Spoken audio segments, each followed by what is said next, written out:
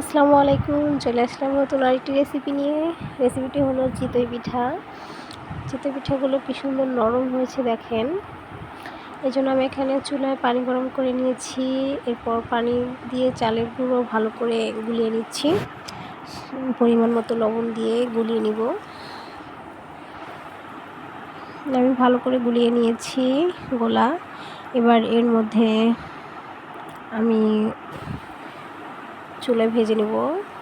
দেখেন তাওয়াতে হালকা তেল ব্রাশ করে নিচ্ছি। এবার গোলাটা দিয়ে পিঠাগুলো ভেজে নেব।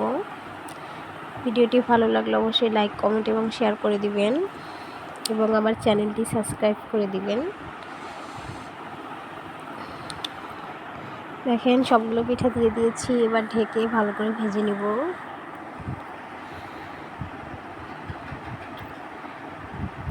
পিঠাগুলো আমার ভাজা হয়ে গেছে। এবার আমি তুলে নিচ্ছি। ধন্যবাদ সবাইকে। ভালো থাকবেন এবং আমার চ্যানেলটি সাবস্ক্রাইব করে দিবেন এবং লাইক, কমেন্ট এবং শেয়ার করে দিবেন।